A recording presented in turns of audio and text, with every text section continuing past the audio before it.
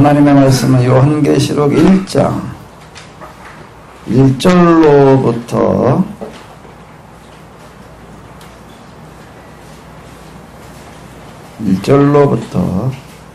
8절까지가 되겠습니다.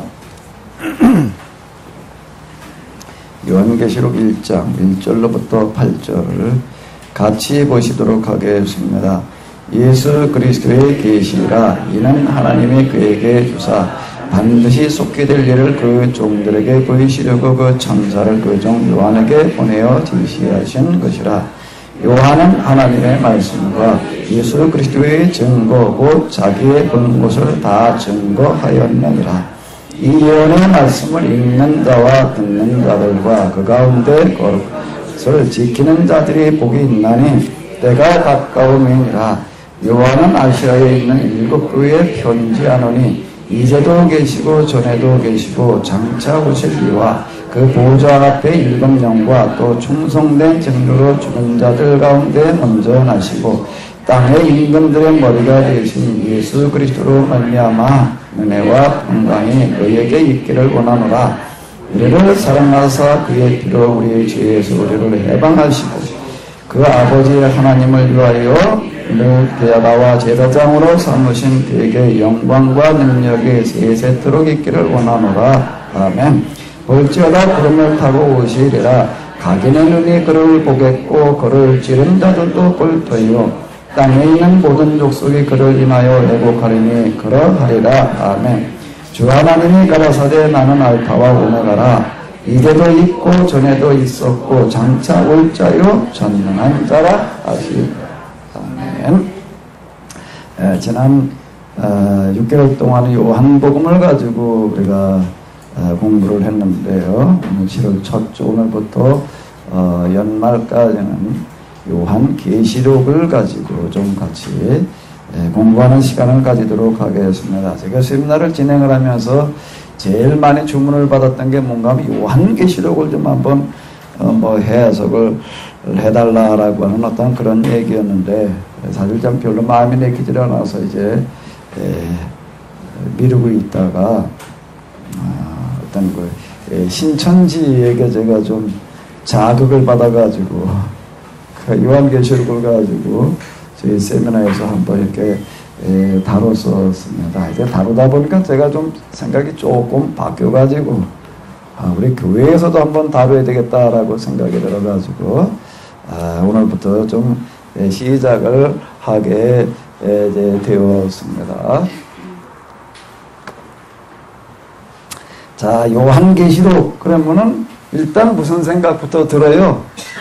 요한 이름이 요한 뭐라고요? 계시록. 그 계시록. 계시를 어떻게 하는 거다? 기록해 놓은 거다. 그럼 무슨 계시일까요? 무슨 계시예요 이게? 이 세상 종말에 관한 마지막에 관한 어떤 특별한 계시를 기록해 놓은 책이다라고 이제 이렇게 생각을 하게 됩니다. 시작에 예수 그리스도의 계시라라고 이렇게 시작을 하고 있고 책 이름이 요한계시록 이러다 보니까 이제 이런 생각이 들어서요. 사실 지금 각 교회에서도 그렇고 특히 이단들 같은 경우 이단 성향이 있는 사람들은 이제 더더욱 그렇고요. 이 계시록에 대한 관심들을 많이 가지고 그리고 지금 해석들을 하면서 지금 뭐 종말이 가까웠다.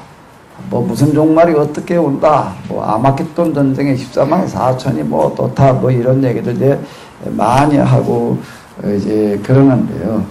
이런 것들에 대해서 저희가 좀 한번 이제 케노시스 제가 늘 다루는 어떤 그런 시각에서 다시금 한번 점검을 해 보도록 하겠습니다. 자, 이름이 요한계시록. 그리고 이제 여기 보게 되면 뭐라고 시작을 하고 있다고요? 예수 그리스도의 뭐라고요? 계시다라고 이렇게 생각을 하고 있죠. 기록을 하고 있는데 계시. 요한계시록 도대체 어떤 의미인지 이거부터 좀 우리가 이제 다시금 정리하고 넘어가 봐야지 될 텐데요.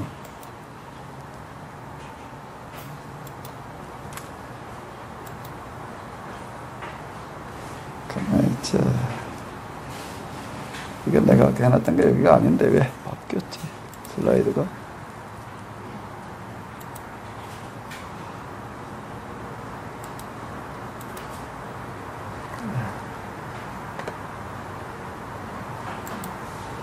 자, 요한계시록 기록은 누가 했나 하게 되면은 사도 요한으로 이렇게 보시면 되게 그 기록 시기는 언젠가 하게 되면은 96년 약 100년 가까이 됐을 때 도미시안이라고 하는 로마 황제가 다스릴 때로 이렇게 보면은 되겠습니다. 요 앞에 적어놓은 건 뭔 얘기인가? 요한계시록에 대한 그런 그 학자들이 연구해 놓은 걸 보게 되면 요때라고 얘기하는 사람들도 이제 더러 있다라고 하는 그런 얘기가 이제 되겠고요. 기록 배경은 뭔가 하게 되면은 당시 이스라엘 지배하고 있던 로마 제국이라고 하는 나라가 있었는데 그 나라가 이제 어떤 정책을 폈는가 하게 되면 황제 신상을 만들어 놓고 그 로마 제국 내에 있는 모든 사람들이 그 황제 신상에 나아가서 절하여 신으로 섬기게 하는 그런 정책을 이제 폈습니다. 이 정책을 아주 조직적으로 치밀하게 전개를 하기 위해서 어떻게 했는가 하면 각 지역에 로마 황제 신상을 만들어 놓고 여기다가 이제 절을 하게 하고요. 절한 사람들에게 뭘 주었냐면 확인증을 주었습니다. 확인증을 줘가지고 확인증이 있는 사람만 뭘 하게 되면 가서 물건을 팔고 산다든지 통행을 한다든지 이렇게 할 수 있게끔 했어요. 오늘 우리에게 있어서 이제 운전을 하시려면은 뭐가 있어야 돼요? 운전면허증이 있어야 되는 거고 똑같은 얘기가 되는 거예요. 차를 몰고 나가야 되는데 운전면허증이 없으면은요, 물론 할 수는 있겠지만은 뭐가 되는 거죠? 불법이 되는 거고, 그래가지고 처벌을 받아야 되는 거예요. 그러니까 이게, 요 배경이 어떤가 하게 되면 로마 황제한테 나아가서 절을 하고 확인증을 받지 않으면 오늘 우리가 운전을 못하는 거 뭐냐로 살 수가 없게끔 이렇게 되어져 있었다라고 하는 겁니다. 그럴 때 이제 이와 같은 환경에서 기독교인들은 여기에 대해서 전적으로 거부했어요. 거부하다 보니까 이제 거부한 사람은 어떻게 했는가? 그냥 살지만 못하게 하는 걸로 끝나게 하는 게 아니라 잡아다가 이제 죽였습니다. 이래가지고 이제 많은 사람들이 잡혀 죽어가는 그와 같은 상황이었다라고 하는 겁니다. 기록 배경이라고 하는 거가 이제 이런 거고요. 자, 그래서 이제 이 요한계시록을 쓰게 되는데 요한계시록은 사도 요한이 반노섬에 물론 이제 유배되어 있다. 유배된 이유가 뭔가 하게 되면은 그들 또한 이 황제에게 절을 하지 않아가지고 이제 유배를 가가지고 이제 어느 동굴에서 이 하나님의 말씀을 계시를 받아가지고 이제 기록을 했다라고 이제 우리가 이렇게 이제 생각을 하게 되는데 사도 요한은 뭘 하던 사람인가 하면 에베소라는 교회를 맡아가지고 여기서 목회를 하던 사람입니다. 그리고 이제 이런 일, 이제 박해라는 그런 일이 벌어졌을 때에 목회자로서 그 교인들이 어떻게 대처해야 되는지에 대해서 평소에 가르치고 설교를 했던 사람이에요. 그리고 이 설교는 이제 지금 이 요한계시록 써놓고 난 다음에만 한 것이 아니라 그 이전부터 계속 이렇게 설교를 해오던 어떤 그 설교 내용이 이제 되겠는데, 그러니까 요한계시록은 우리가 이제 이렇게 생각을 해요. 요한이 이 반노섬이라는 곳에 붙들려가가지고 동굴 속에서 기도하다가 하나님께서 종말에 일어날 일을 특별하게 요한에게 계시를 해서 기록해 놓게 하셨다라고 하는 이런 생각을 가지고서 이제 요한계시록 속에는 그 종말에 이 지구의 이제 패망이 어떻게 될 것인가라고 하는 것들을 기록해 놓고 있다라는 식으로 다 이렇게 받아들이게 되는데, 자, 이제 요한계시록을 우리가 바르게 오해하지 않으려고 한다면은 이 생각부터 이제 교정을 해야지 됩니다. 요한계시록은 단순하게 그냥 그 이전에는 아무런 상관이 없다가 가서 굴에서 기도할 때 그때 계시해 주시는 어떤 이런 말씀이다라고 이제 이렇게 생각을 하고 있는데, 그게 아니라 자, 어떤 배경이라고요? 무슨 배경이요? 박해라는 배경 속에서 이 박해에 어떻게 대처할 거냐라고 하는 것을 이제 그가 박해로 말미암아 유배가 있으면서 각 교회에 써보냈던 뭐라는 얘기예요? 뭐라고요? 편지였다라고 하는 겁니다. 편지인데 왜 그걸 편지라고 그러지 않고 왜 계시라고 그러느냐라고 이제 우리가 이렇게 얘기를 할 수가 있는데, 자, 우리가 교회에서 지금 이렇게 이제 예배 시간에 보게 되면 목사님들이 하는 설교가 있습니다. 설교가 있는데 그 설교를 우리가 뭐라고 얘기를 이건 우리 목사님 얘기야 이렇게 얘기를 하나요? 뭐라고 얘기를 해요? 그 설교는 우리가 뭐라고 부르죠? 그건 하나님의 말씀 이렇게 얘기하는 거고 같은 얘기가 되는 거예요. 같은 얘기예요. 계시라는 얘기도 하나님의 말씀, 하나님의 계시. 이렇게 성경에도 얘기하고 있는 계시라는 그런 얘기는, 계시라는 얘기는 물론 하나님께서 알려주시는 그런 말씀인데, 하나님께서 알려주시는 그런 말씀들이 어떻게 전달이 되어지는가 하게 되면은 신앙 공동체에 세워진 지도자를 통해서 전달이 되어지게 됩니다. 그게 어떤 형식으로 전달이 되어지는가 하면 설교라는 형식으로 전달이 되어져요. 그건 구약에서도 마찬가지고요. 사도시대도 마찬가지고 그건 지금도 마찬가지가 되는 건데, 그래서 우리는 이거를 뭐라고 부르냐면 하나님의 말씀.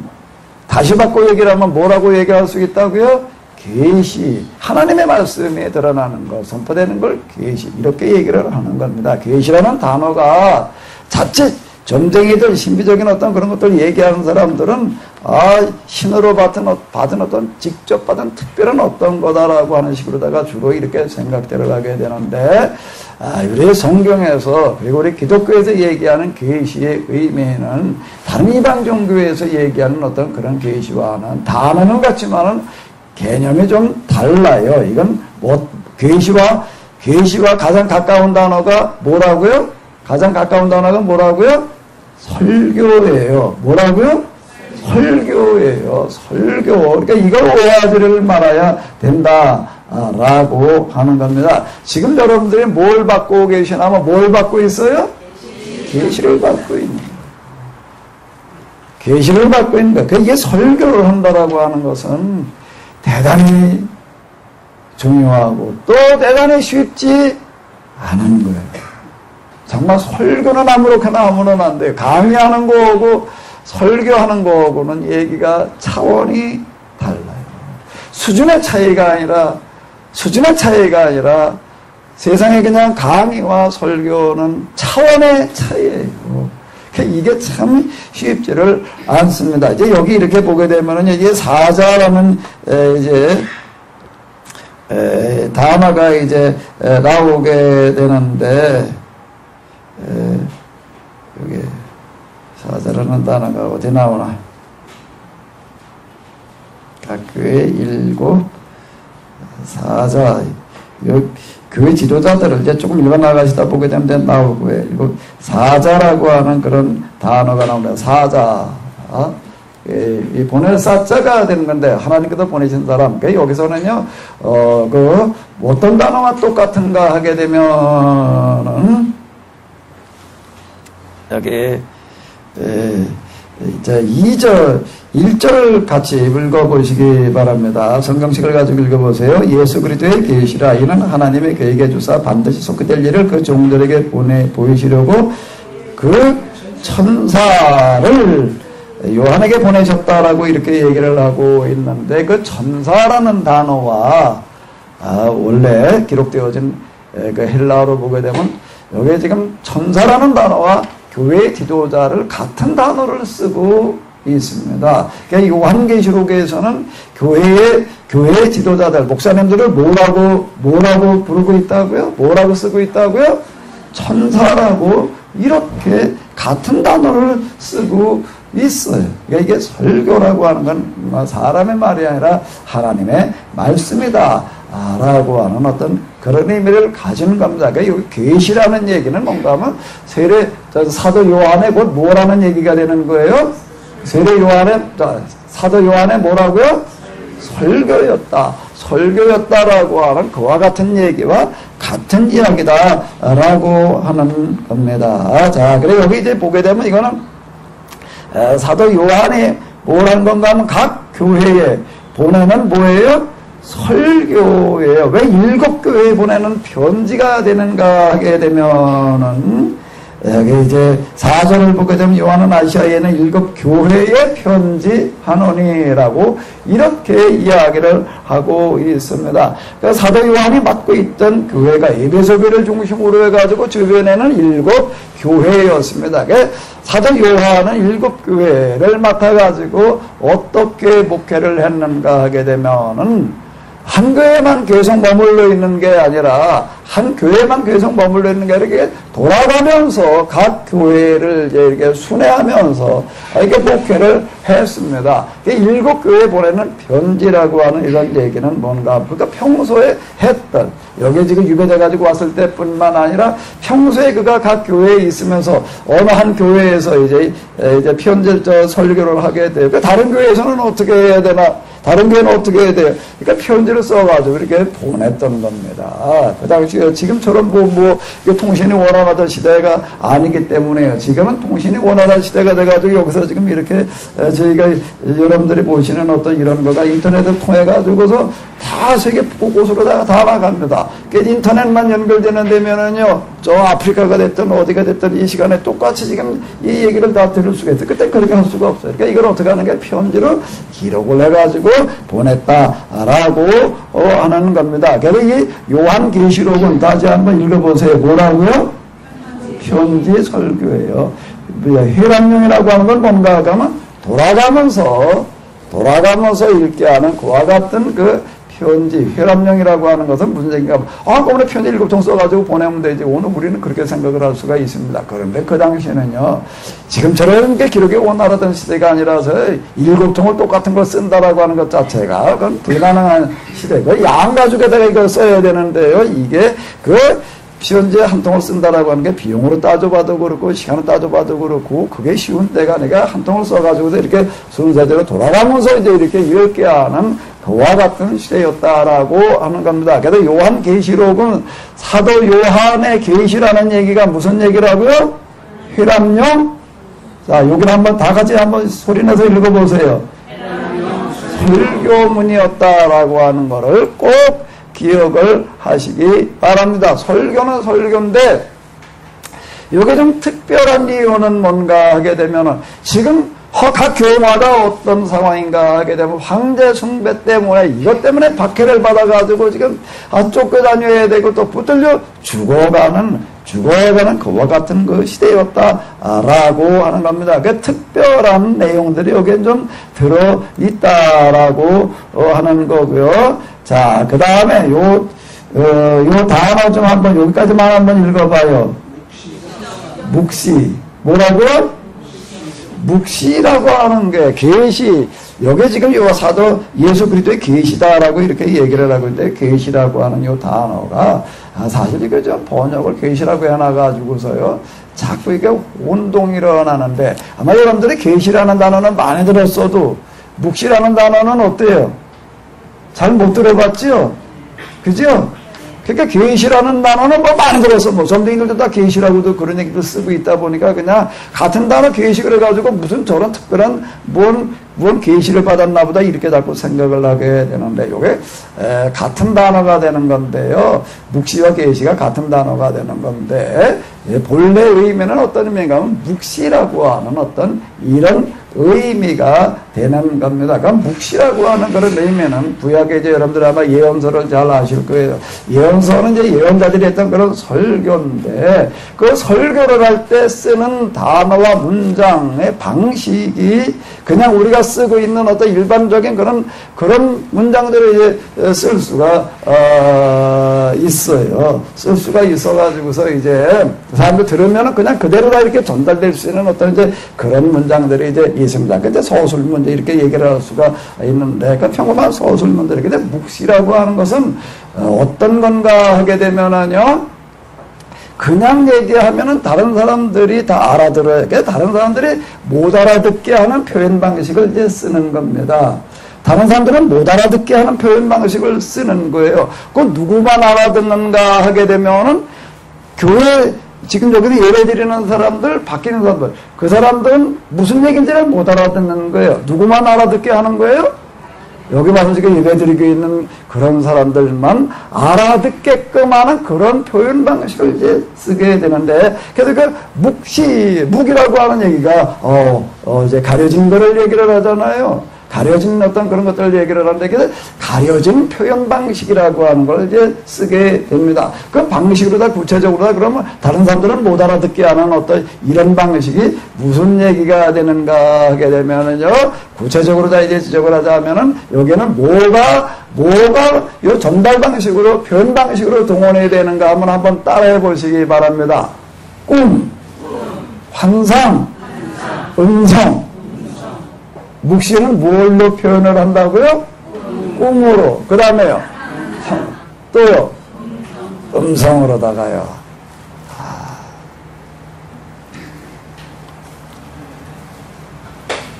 어떤 사람이 이제 이렇게 지나가다가 이제 보니까는 점을 치는 사람이 있어요. 점을 치는 사람이 있어가지고 이제 뭘 하나 하게 되면 이제 한번 점을 쳐봤는데 뭘 가지고 점을 치나 하면 한문을 가지고 글자를 하나 이렇게 짚은 걸 가지고 이렇게 해석을 해주는 점을 치더라고요. 뭘 하나 이렇게 글자를 짚었더니 이 사람이 이렇게 쳐다보더니 뭐라고 얘기를 하면 당신은 앞으로 왕이 될 사람입니다. 그러더래요. 그걸 옆에서 어떤 사람이 이렇게 훔쳐봤어. 그리고 이제 나중에 또 몰래 가가지고서 잠깐만에 가가지고서 뭐라고 그래 정치로 훔쳐가면서 무슨 자를 짚었어요? 똑같은 글자를 짚었어요. 똑같은 글자를 짚었더니 이렇게 쳐다보더니 뭐라고 얘기를 하냐면 당신은 무할 사람인가 하면은 일로 봐도 그렇고 절로 봐도 그렇고 빌어먹을 사람이다. 똑같은 글자를 짚었는데 그렇게 얘기를 해주더라. 그렇게 이제 우리가 구약에도 이렇게 보게 되면 이제 요셉의 꿈꾸는 얘기가 있어요. 이제 일곱 살찐소가 있고, 그 다음에 이제 마른 소가 있는데, 마른 소가 등장을 해가지고 살찐소를 이제 다 잡아먹어요. 그 다음에 또 이제 살찐 이삭이 있고, 마른 이삭이 있는데, 마른 이삭이 또 이제 다 잡아먹는 이런 꿈을 꾸는데, 이게 도대체 무슨 꿈인지 알 수가 없어요. 꿈을 꿔놓게 되면은요, 꿈에도 내용은 뭐 말을 할 수가 있어. 살찐소가 7이 등장을 했고, 또 지난 다음에 이제 마른 소가 7이 등장을 해가지고, 마른 소가 소를 잡아먹더라. 살찐소를 잡아먹더라. 내용은 알 수가 있는데, 뭘 얘기하려고 하는지는 알 수가 없거든요. 그러니까 해몽이 필요한 거예요. 그냥은 얘기해봐야 못 알아듣는 거예요, 이게. 거기에 뭐가 필요해요? 해석이 필요한 거예요. 자, 요런 표현 방식, 요걸 때 뭐라고 얘기를 하는가 하게 되면은 표현을 하는 데 있어. 이건 그냥 꿈이고 그냥 환상이니까 그런데 말을 할 때, 표현을 할 때 어떻게 하는 방식이 있을 수 있다는 거예요. 이와 같이 꿈과 환상. 내가 하늘에서 음성을 들었는데 말이야. 음성을 들었는데 뭐라고 얘기를 하나 하게 되면은 뭐 음성 들었다는 사람들 많잖아요. 이렇게 얘기를 하고, 그 무슨 뜻이지? 잘 직접 와닿지가 않는 거예요.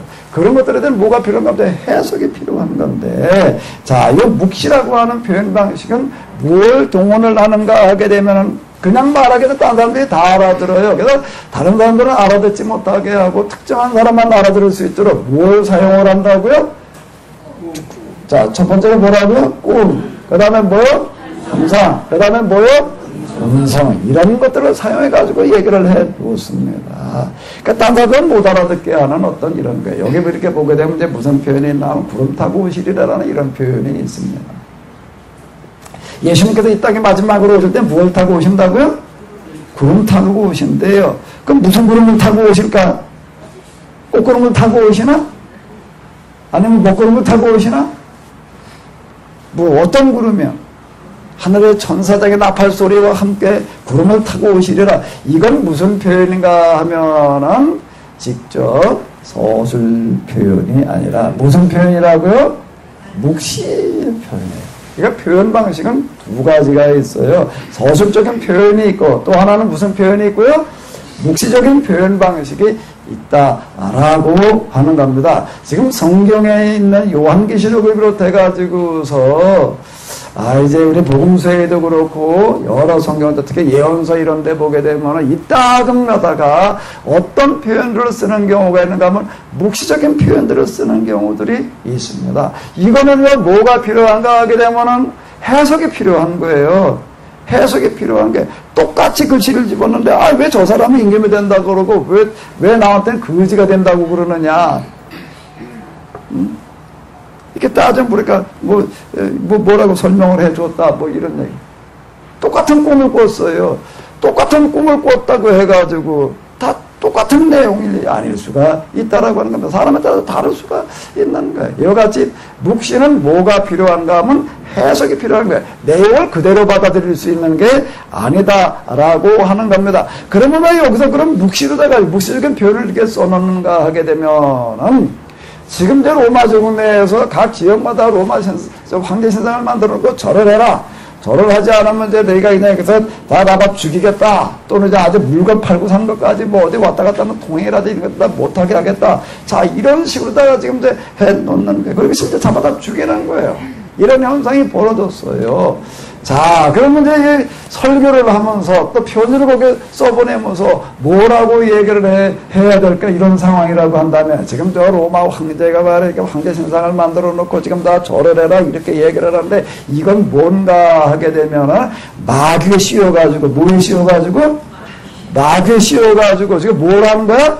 발악을 하는 거다. 그래도 이제 어떻게 할 거야? 하나님께서 이제 곧 어떻게 하시는가 하게 되면은 이따오도 그냥 내버려두지 않고 다 어떻게 하실 거다? 다 심판을 하신대. 그냥 불바다를 만들어 놓고 뭘 어떻게 하고 이제 이렇게 이제 얘기를 하면은 이렇게 얘기를 하면은 그 얘기가 어떻게 될까? 그 얘기가 어떻게 될까? 밖으로 나가요. 밖으로 나가면 어떻게 될까? 뭐라고? 로마 황제는 뭐라고? 뭐가 씌웠다고? 마귀가 씌워. 이게 아주 마귀의 앞잡이야. 그래가지고 그게 지금 이게 마귀가 뭔 남동을 부리는 거다라고 이렇게 이놈들이 기독교인들이 얘기하기를 말이야. 황제가 다 마귀의 앞잡이고 자 이렇게 얘기를 하라. 그러면은 교회가 나만할 수가 있나? 더 난리가 나는 거죠. 그래가지고 이제 바꿔 얘기를 하는 거예요. 바꿔서 얘기를 하는 거게 이제 꿈과 뭘로 얘기를 하는 거예요? 환상으로 얘기를 하는 거야.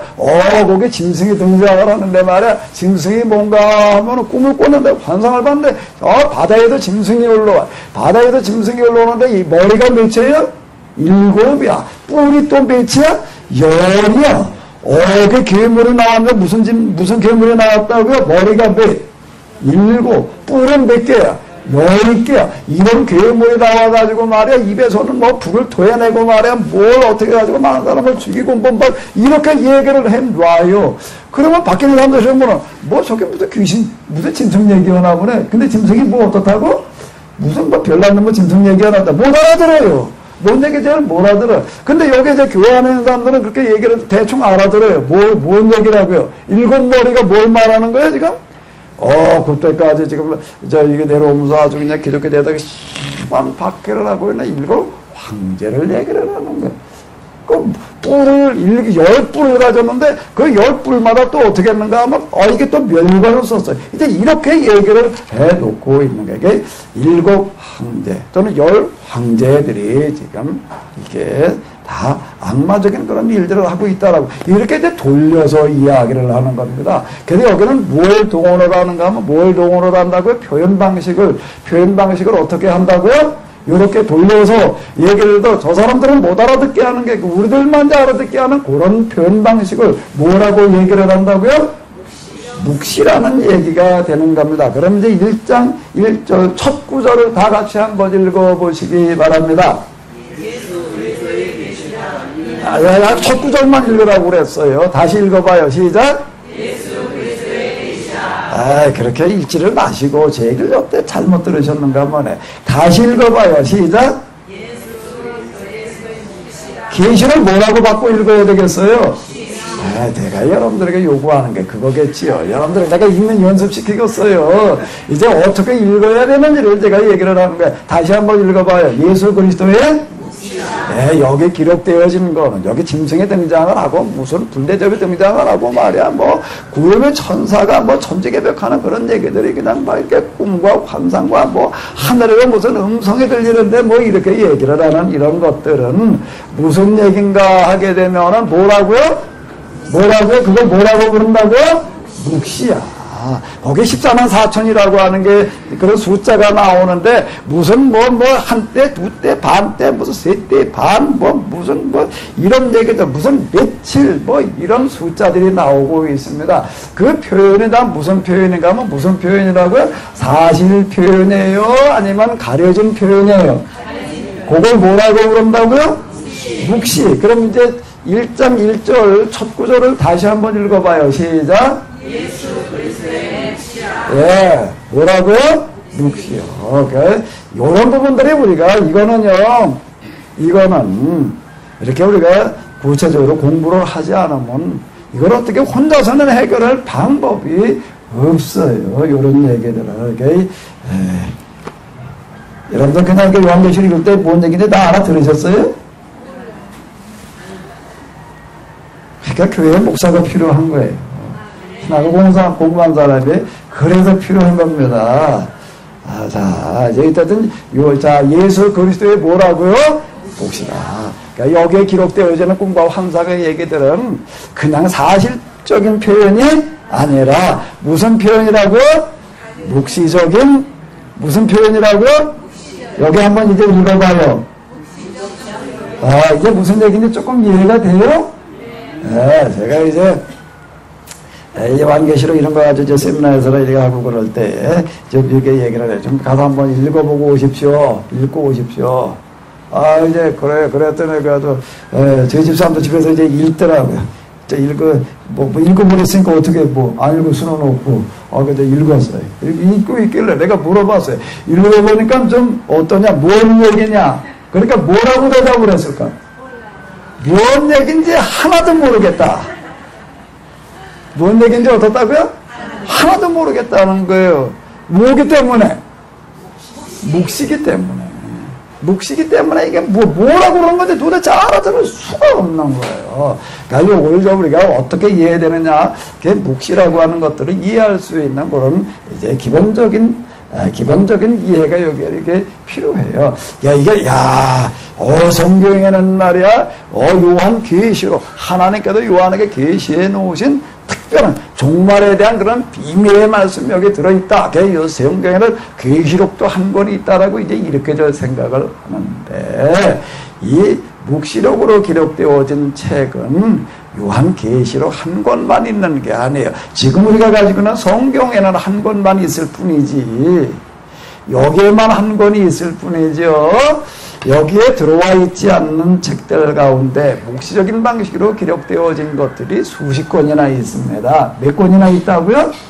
수십 권이, 몇 권이 있는 게 아니에요. 이게 수십 권이나 있어요. 요 묵시는 주로 아무 때나 기록을 하는 게 아니에요. 아무 때나 묵시적인 표현을 할 필요가 있는 게 아니에요. 묵시적인 표현은 그게 필요한 때가 있어요. 왜 어떤 때일까요? 주로요? 박해식이에요. 어떤 이유 때문에 아주 이 기독교 신앙을 또는 유대인들이 이제 고대부터 귀환을 해가지고 또 신앙생활을 하려고 그러다 보니까 이제 시리아라고 하는 나라에 안티오쿠스라고 하는 그런 이제 왕이 있었는데 그 왕이 아주 유대인들의 신앙을 완전히 없애버리자라고 해서 아주 작정을 해가지고 또 없애려고 하던 그런 시기가 이제 있었어요. 지금 이게 요한계시록하고 이제 기록 배경이 이제 비슷해져. 그러니까 그때 가가지고 또 어떻게 하게 되면 이걸 똑바로 또 그냥 저놈들이단 말이야. 마귀 앞잡이가 돼가지고 이렇게 얘기할 수가 그렇게 얘기할 수가 없어요. 그래가지고 돌려서 얘기를 해야 돼. 돌려서 얘기하는 그런 표현 방식을 뭐라고 얘기를 한다고요? 묵시. 구약에도 이렇게 돌려서 얘기한 표현 방식의 책이 아주 두드러지게, 주로 그것만 가지고 얘기하는 그런 책이 한 권이 있습니다. 그 책이 무슨 책이죠? 그 책이 무슨 책이에요? 다니엘서라고 하는 책이에요. 그 다니엘서를 읽어보게 되면, 거기 읽어보게 되면, 무슨, 이제 꿈 얘기가 많은 거예요. 꿈을 만든 말이야. 무슨 신상이 들었는데, 머리는 금이고, 여기는 은이고, 그 다음에 동이고, 철이고, 흙으로다가 섞여져 있는데 말이야. 무슨 돌멩이가 하나 나와서 꽝 치니까 어떻게 됐고, 이런 얘기들이 그냥 거기 그냥, 많이 기록되어져 있습니다. 그 구약의 대표적인 묵시의 책이 다니엘서가 이제 되겠는데, 그게 언제쯤 기록이 되어지는가 하면, 다니엘이라는 사람이 활동하던 면은 언젠가 하면 BC 이제 586년 이제 이스라엘 사람들이 마고 난 그 시점쯤이지만은 그 다니엘서가 이제 그런 묵시적인 방식으로 기록되어지는 건 BC 200여 년경에 되는 거예요. 그때 이제 다니엘이라는 사람을 이제 한 사람을 이제 대표로 해가지고서 지금 이제 예시다라고 하는 나라의 안티쿠스라는 왕이 우리를 아주 우리의 신앙을 다 박살내기 위해서 이렇게 하고 있는데, 이제 우리가 여기에 대해서 어떻게 해야 되냐면 이렇게 해야 된다. 이렇게 우리 지금 박살내려고 하는 사람들이 어떻게 될 건가? 하나님께서 이렇게 하실 거다. 이런 것들을 갖다가 얘기해 놓고 있는 책이 다니엘서가 되는 겁니다.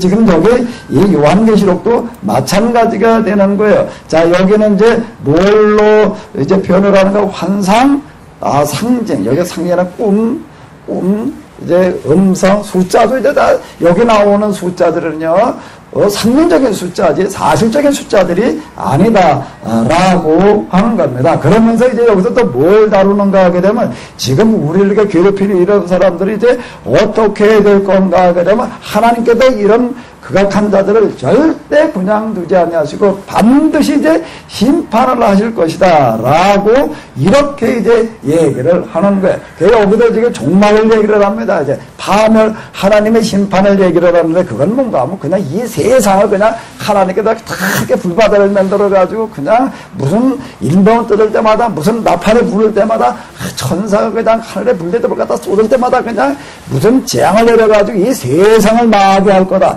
이걸 얘기하려고 그러는 게 조병걸 집사님 정신이 좀 났어요. 이제 비실자 정신 좀 못 차리고 그러죠.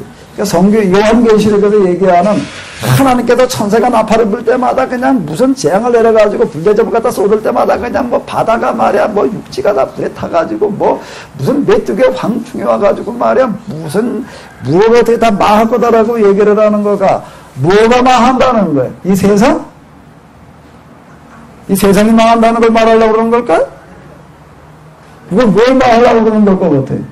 박해하는 싹이 망한다고. 박수 좀 쳐줘. 그래서 뇌 수술을 받아가지고 난 정신이 온전하려나 그랬더니, 내가 그 지주마카를 뚫는 수술일 줄 알았으면 내가 못하게 할 건데, 뭘 여기 수술한다고 그래가지고 뭐 이게 떨린 것을 여기 수술하는 줄 알았어요. 그래도 저 정신이 온전해서 다행이네. 이게 뭔 얘기인가 하게 되면은요, 우리가 벌써 그 기본적인 거 여기까지는 여러분들이 듣고 나게 되면, 요한계시록에 얘기하려고 하는 것을 이 세상의 종말을 말하려고 하는 책이 아니. 그럼 무슨 종말을 말하려고 하는 책이에요? 지금 이 세상에 성행하고 있는 이 악이, 이건 그대로 두지 않고 하나님께서 틀림없이 이 악은 심판해서 다 파멸을 시킬 것이다라고 하는 그런 말씀이 되는 거예요. 그 성경에 하나님께서, 그 무슨 그렇게 세상을 그냥, 세상에 대해서 그렇게 무슨 억가심정에서 아주 세상을 다 갖다 때려 부시겠다고 이렇게 얘기를 하시나? 요한복음 3장 16절에 한번 뭐라고 얘기를 하고 있죠? 여러분들 아주 성경의 요절 그리게 되면은 다 이제 요한복음 3장 16절 이렇게 생각을 하는데, 한번 3장 16절 다 같이 노래로 한번 읽어보셔요. 시작. 하나님이 세상을 이처럼 사랑하사 독생자를 주셨으니 누구든지 예수 믿으면 멸망하지 않고 영생을 얻으리로다. 요한복음 3장 16절. 3장 몇 절이요? 17절도 해봐요. 어디 시작. 하나님이 그 아들을 세상에 보내신 것은 세상을 심판하려 하심이 아니요 뭘 하려 하심이라? 구원하려 하심이라. 하나님이 세상을 구원하시는 하나님이지 심판하시는 하나님이 아니에요. 아멘? 우리는 자꾸 오해를 해. 왜 하나님께서 어떻게 하시는가 하게 되면 이 세상에 죄를 져가지고 하나님께서 심판을 하시겠대. 이 세상을 심판하시나 세상에 횡행하는 죄를 심판하시나요? 뭘 심판하셔야지 말이 맞아요? 죄예요. 죄를 심판하시려고 하는 거지. 어떻게 세상을 심판을 해요? 세상은 사랑하시는 하나님이시고 구원하시려고 하시는 하나님이세요. 하나님은 세상을 사랑하셔도 구원하시려고 외아들을 보내줘도 희생을 시키시는데 우리 자꾸 하나님 요한계시록에서 이 세상을 하나님께서 그냥 당연히 아주 때때려 부신다라고 불바다를 만들어 놓으신다라고 하는 식으로다가 이렇게 자꾸 얘기를 해. 그러니까 이게 우리가 아주 하나님은 전혀 잘못 얘기를 해놔요. 그래가지고 하나님이 세상한테 심판하시는 하나님 이렇게 자꾸 만들어놔요. 그래서 요한계 이제 이 성경에 보게 되면 특히 예언서에 이렇게 보게 되면 이런 얘기들이 예언자들이 자주 얘기를 하고 있습니다. 너희들 때문에 내 이름이 세상에서 하루 종일 욕을 먹고 있다. 뭘 하고 있다고요? 하나님의 이름이 세상에서 사람들 때 하루 종일 욕 먹고 있대요. 어떻게 말을 해놔가지고 잘못 말을 해놔가지고 잘못 말은 해. 똑같은 얘기가 되는 거예요. 오늘 우리가 하나님에 대한 이해가 기본에 잘못되어져 있어요. 아예 기초 자체가 잘못되어져 있어가지고 하나님을 갖다가 이 세상을 파멸하실 하나님으로다가 자꾸 이렇게 얘기를 하고 있어요. 파멸시키시는 하나님이 아니라 구원시키시는 하나님. 구원하시는 하나님이신 줄로 믿습니다. 하나님께서는 이 세상을 절대 어떻게 하실 분이 아니야? 멸망하실 분이 아니라 어떻게 하실 분이야? 구원하실 분이야. 이 세상을 구원하시기 위해서 어떻게 하셨다고요? 외아들을 우리에게 대신 주셨어. 이렇게 얘기를 해. 이 세상을 자꾸 심판한다고, 불로 심판한다고 이렇게 얘기를 해놓게 되면요. 하나님의 이름에 하루 종일 욕먹는 일이 일어나는 거예요. 한번 여러분들이 생각을 해봐봐요. 여러분들의 자식들이 잘못하고 있어요. 나가다 그냥 하루 종일 게임이나 하고 그냥 아무리 얘기를 해도 안 듣고 그냥 이제 조금 더 하지 나가다 도둑질도 하고 강도질도 하고. 그러면 어떻게 해야 돼? 그 자식 갖다 그냥 확 죽여야 되나? 어떻게 해야 돼? 연습 안에. 무릎 바닥 확 빠뜨려 죽여야 되나? 저 패는 것까지는 하는데, 조심니까 조팬되네. 패다가, 그런 말 안 들으면. 나 경상도 말해도 나 못 알아듣겠어. 뭐라고 그랬어? 정신이 번쩍 들고 해야 된다. 그래도 안 들으면. 그 경단은 패다가 많아?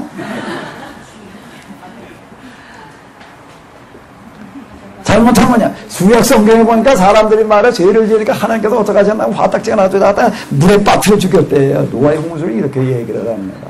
그 노아 홍수의 이야기도 완전 잘못 해석하고 있는 거예요. 그 얘기가요. 구약에 보게 되면 하나님께서 이제 죄 지은 사람들 갖다 물에 빠뜨려 죽이다 갖다 계시록을 보기 이거는 또 마지막에 보니까 이제 뭘로 태워 죽인다고요? 불로 태워 죽인다. 그렇게 되면은 뭔가 우리 세상 모든 사람들은 하나님의 자녀인데 하나님께서 화딱지가 난다고 말 안 듣는다고 구약에서 어제다가 빠뜨려 죽였다고요? 닭불과를 물에 빠뜨려 죽이고 신약에서 이번에 뭘로 태워 죽인다고? 그러면은 어제 저 집사님 자꾸 좁혀다가 더 말 안 들으면 어떻게 해야 돼? 에? 뭘 당해? 달래야 된다고? 계속 말을 안 들으면 물에 빠뜨려 죽일 수 있어 없어요? 물에 빠뜨려 죽이면 어떻게 될까? 부모가 아닐 뿐이야. 구치소 가야지 뭐.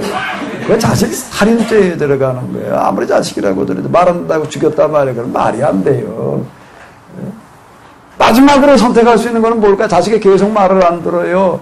계속 말을 안 들어가지고 이러다가 이제 이게 병 들어 죽게 생겼고 이게 감옥서 가서 이제 사형 선고 당하게 생겼어요. 그럼 그 부모는 뻔히 보여 이제 이게 이러다 보면 이게 맨날 술이나 퍼먹고 그냥 이러면 이게 틀림없이 금병자로 죽게 생겼고 그냥 내버려두면 이게 또 이제 그냥 못된 짓 하다가 이제 가서 사형 당하게 생겼고 그 내버려둘 수는 없고 어떻게 해야 되나?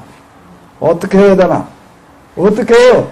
그 자식 살리기 위해서 어떻게 해야 돼요? 대신 뭘 한다고요? 대신 죽는.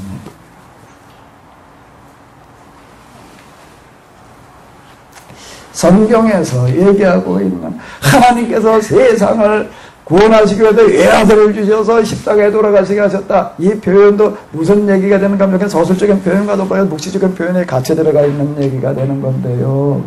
같이 들어가 있는 얘기가 되는 건데 하나님께서 당신의 형상대로 지음받은 인간들이 하나님의 말씀대로 살기를 꼬잡고 자꾸 저렇게 병들어 그리고 죄 때문에 죽어가다 보니까 그들을 살리기 위해서 어떻게 하셨다고요?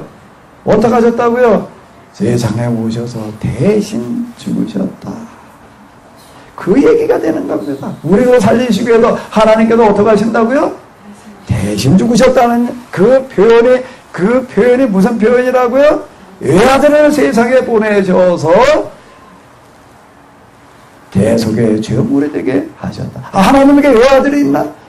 하나님 아들 낳는다 하나밖에 없어요? 그 외아들? 그 외아들이라는 표현이, 외아들이라는 용어가 뭘 말하는가? 독생성자 우리가 이렇게 얘기를 하는데 그 얘기가 뭔가 하게 되면 그 얘기가 되는 게 무슨 얘기라고요? 우리를 살리시기 위해서 하나님께서 어떻게 하시는 얘기라고요?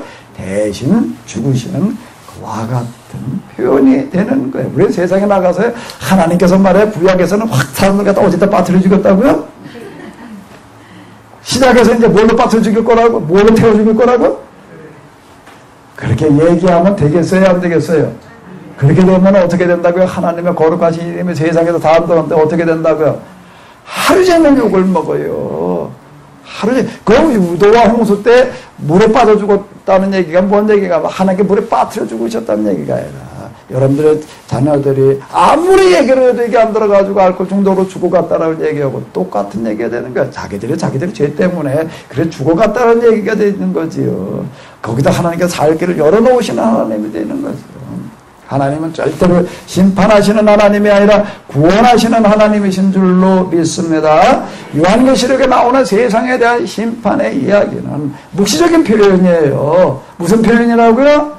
묵시적인 표현. 뭐에 대한 심판이에요? 세상에 대한 끝장을 낼 거라고 얘기를 하시는 거라고요? 아니에요. 뭐라는 얘기예요?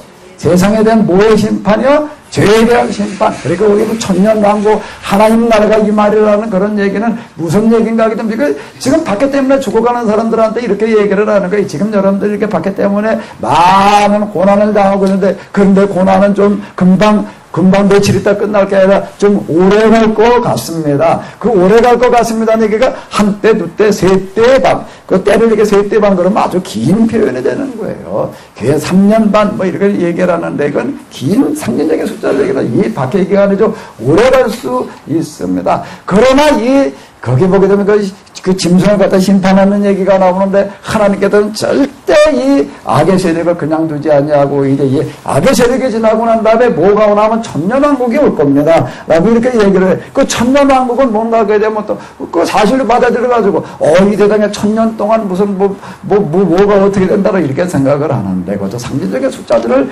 이야기를 하는 겁니다. 그러니까 이제 이 악이 물러가고 난 다음에 이제 그 다음에 하나님께서 이제 통치하시는 그런 나라가 오리라. 그러니까 악이 물러가고 이제 성경에서 얘기하고 있는 그런 하나님의 통치가 이제 여기에 실현이 되어질 겁니다. 지금 이런 방식으로 이야기를 하고 있는 거야. 아마 이것만 여러분들이 가지고 가셔서 이제 요한복음 읽어도요, 요한계시록 읽어도 이제 많이 이해가 이제 되실 거예요. 자, 여기 맨 마지막 줄을 한번 읽어보시기 바랍니다.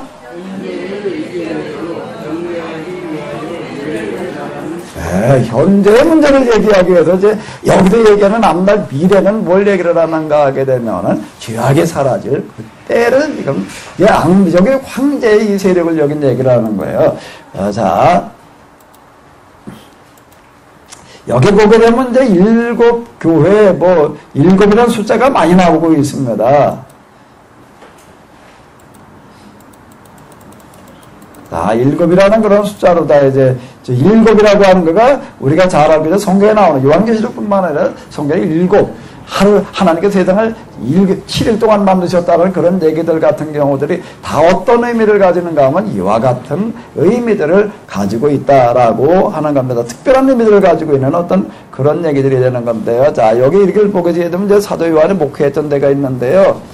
에베소라고 하는 곳이에요. 여기에 있으면서요, 에베소 교회를 통해가지고 여러 곳에 지교회를 세웠습니다. 두 번째로 세워진 지교회가 어디라고요? 세 번째는 어디요? 버가모. 네 번째는 어디예요? 두아디라. 다섯 번째는 어디요? 사대. 여섯 번째는 어디예요? 빌라델비아. 일곱 번째는 어디요? 라오디게아.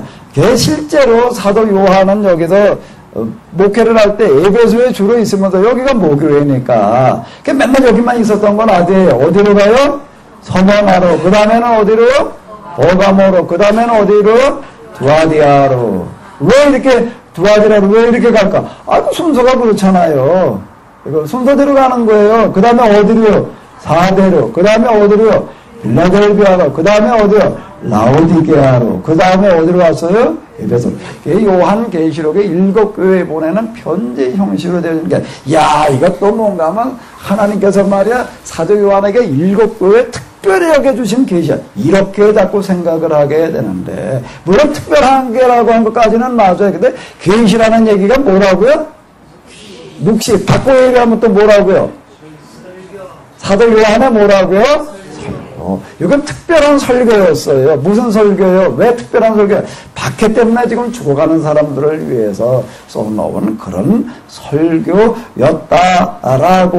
하는 겁니다. 순서를 에베소 교회에 보내는 편지, 서문화 교회에 보내는 편지, 보가모 교회에 보내는 편지 이렇게 쭈루루 이렇게 하는 거는 뭔가 평소에도 이렇게 다니면서 이제 순회 목회를 했고 평소에도 또 이 교회에 어떻게 했다고 편지를 하나 이렇게 써서 보내요.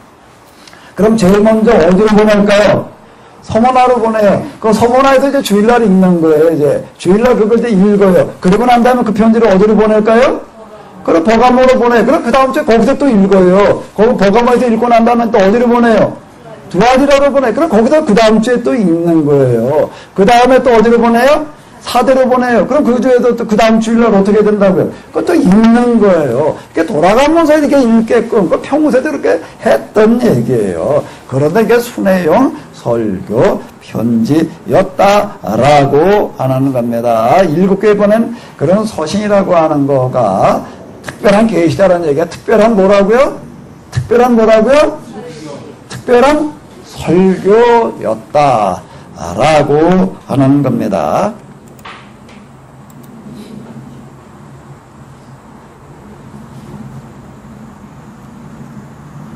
자, 그럼 이제 요한계시록으로 넘어오도록 하겠습니다. 자, 한번 읽어보시기 바랍니다. 자, 첫 번째는 뭐라고 읽으시냐면 계시라고 읽어요. 두 번째 한 번 더 읽어봐요. 세 번째로 또 한 번 읽어봐봐요. 네, 누구를 통한 설교요? 이제 뭐가 좀 통하네. 그러니까 이거는 여기 계시는 건 뭘 얘기하는 거라고요? 그리고 또 그건 또 뭘 얘기하는 거라고요? 설교였다라고 하는 겁니다. 여기 보게 되면 이제 이렇게 나와요. 또 이것도 한번 읽어보시기 바랍니다. 한번 다 같이 읽어보세요.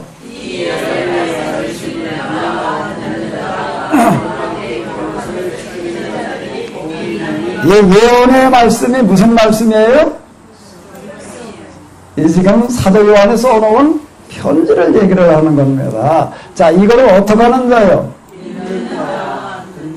자, 일단 무슨 자가 나와요? 읽는 자는 누굴까? 누구야 지금 우리가 요한계시 펼쳐놓고 읽는 거지. 이렇게 생각을 하는데 여기서 읽는 자는 누구를 말하는 걸까요? 자, 여기 다시 한번 봐봐요. 이제 여기 읽는 자가 에베소에서 이제 이거 편지를 주일날 이제 설교를 했어요. 그리고 그걸 뭘로 써요? 편지를 써서 어디로 보냈어요? 서문학교로 보내. 그리고 그 다음 주일날 거기에서 누가 대표자가 나와서 어떻게 해야 돼요? 사도 요한에 써놓은 설교 편지를 어떻게 해야 돼요? 읽어야 되는 거예요. 읽는 사람이 있어야지 되는 거예요. 그럼 여기서 읽는 자와라고 할 때 읽는 자는 누구를 말하는 걸까요? 지금 설교를 대신, 사도 요한의 설교를 대신 읽고 있는 사람을 말하는 거예요. 지금 우리가 읽는 사람을 말하는 게 아니에요. 아멘? understand? understand? 이게 자꾸 이제, 그 다음에 읽는 자와 그 다음에 뭐가 나왔죠? 듣는 자는 뭘 말할까요? 누구를 얘기를 하는 거예요? 그 다음에 듣는 자는 누구를 얘기를 하는 거예요? 여기 교회에서 한 사람 나와서 읽어야 되고 나머지는 뭐 해야 돼요? 왜 듣는 사람의 복이 있을까? 읽는 자와 듣는 자가 왜 복이 있을까? 이건 뭔가 여기 나와서 읽는다는 걸, 이걸 들어온다는 걸. 여러분들이 지금 예배 드리러 온 거고 똑같은 한 조건이 아니에요. 똑같은 배경이 아니에요. 여기 이걸 읽고 있는 사람, 듣고 있는 사람은 뭘 하러 온 사람들일까? 어떻게 한 각오를 가지고 온 사람들일까? 죽으면 죽으리라는 각오가 없으면 못 읽어요. 죽으면 죽으리라는 각오가 없으면 와서 들을 수가 없어. 왜 설교 들었다는 거가 뭐에 해당되어지니까 잘못하면 잡혀가 죽는 거거든요. 그걸 얘기를 하는 거예요. 여기 나와서 뭐 하는 사람? 있는 사람. 뭐 하는 사람? 듣는 사람은 뭐가 있다고요? 왜요? 그럼 죽을 각오를 하고 지금 나와서 진짜 죽어갈 수도 있는 거예요. 근데 하나님께서 틀림없이 그들에게 뭘 주시리라? 복을 주시리라. 그 다음에 또 뭐가 나온다고요? 그 가운데 기록하는 것을 그 다음에 어떻게 하는 자들? 그 가운데 한번 읽어봐봐요. 그 자를 빠뜨렸네. 이런 미안합니다. 다시 한번. 그 가운데 여기 말씀을 읽는 자들과라고 얘기를 하지를 않아요. 말씀을 읽는 왜 자들이 아닐까? 한 사람이 읽으니까 듣는 건 한 명이에요, 여러 명이에요.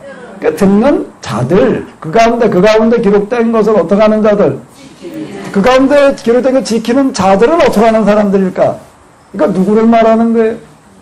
지키는 사람은 누구를 말하는 거예요? 전사 조병일 집사님은 대답해야지. 현실을 배달하는 사람. 배달하는 사람? 기록한 거 지키는 사람들은 뭘 말하는 걸 것 같아요? 다시 생각해봐요. 말씀을 이행하는 사람. 이행하는 게 뭘 하는 거예요? 여기서 이행한다는 거는. 요한 계시록에서 지금 읽고 있는 거, 들은 거를 이행한다는 건 뭘 하는 걸까? 죽는 걸 말하는 거예요. 여기는 죽음을 각오한 사람은 듣는 사람이에요. 죽음을 각오한 사람은 뭘 하는 사람이라고요? 그 사람은 듣는 자들에 속하는 사람인 거고요. 듣는 사람, 죽음을 각오하지 않으면 여기 못 나와요. 지금 오늘 예배 드리러 오면 잠깐 잡혀 죽을 수도 있다 그러면 이 자리에 여러분들 다 나올 거죠? 왜 웃어? 아마 이거지, 오늘 예배 드리고 나면 잡혀 죽어갈 수 있다 그러면 아마 오늘 안 나왔던 사람은 다 나올 것 같아. 아멘? 그 사람들은 죽을 각오로 하는 사람들은 듣는 자들에 해당되는 사람이고요. 그 가운데 기록된 것들을 지키는 자들은 어떤 사람들이라고요? 죽는 사람들을 말하는 겁니다. 이거는요, 그냥 나가서 오늘 우리가 뭐 한 줄 때 맞춤대로 살자. 이 차원을 말하는 게 아니에요. 여기 이거는요.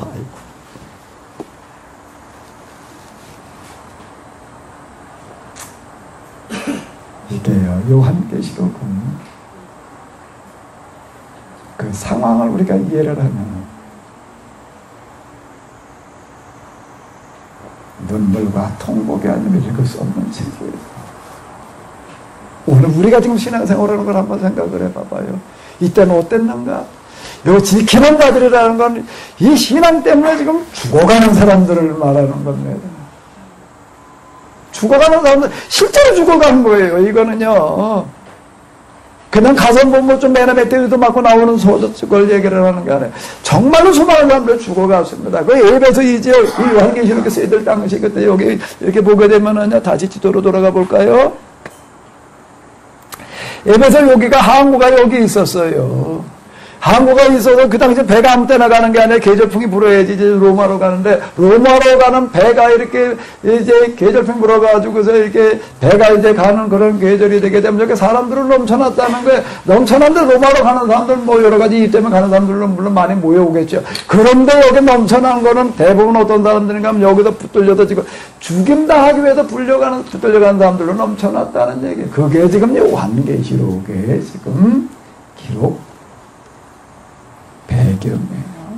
여기 그 가운데 기록된 것을 지키는 자들은 복이 있다는 걸 지금 여기 죽어가는 사람들을 말하는 겁니다. 죽기 위해서 붙들려가는 사람들을 말하는 거예요. 그들이 복이 있다는 겁니다. 그게 요한계시록에 이걸 가지고 무슨 종말에 뭐 무슨 언제 세상에 망할 거야 뭐 98년 무슨 10월 28일 뭐 맨날 뭐 92년이었나 92년 10월 28일 뭐 몇 년, 언제, 요한계시록을 말이야, 계시를 받아가지고 해석을 해보니까, 참, 그걸 얘기하려고 그런 게 있는 게 아니에요. 이런 순교와 같은 이런 상황 속에서 우리가 어떻게 할 거냐라고 하는 거를 우리가 얘기하려고 하는데, 목적이 있는 거죠. 요한계시록은 무슨 종말의 비밀을 푸는 어떤 그런 무슨 책이 아니에요. 종교적인 상황 속에서 여기서 우리가 이거 물러서서는 안 된다. 여기서 우리가 포기해서는 안 된다. 어떻게 하면서라도 우리가 죽는 한이 있더라도 반드시 이 신앙을 지켜야 된다라고 하는 것을 얘기하는 책이에요. 지금 이 얘기가 무슨 얘기가 3절이 지금 그거예요. 자, 한번 읽어봐봐요. 다 같이요. 시작.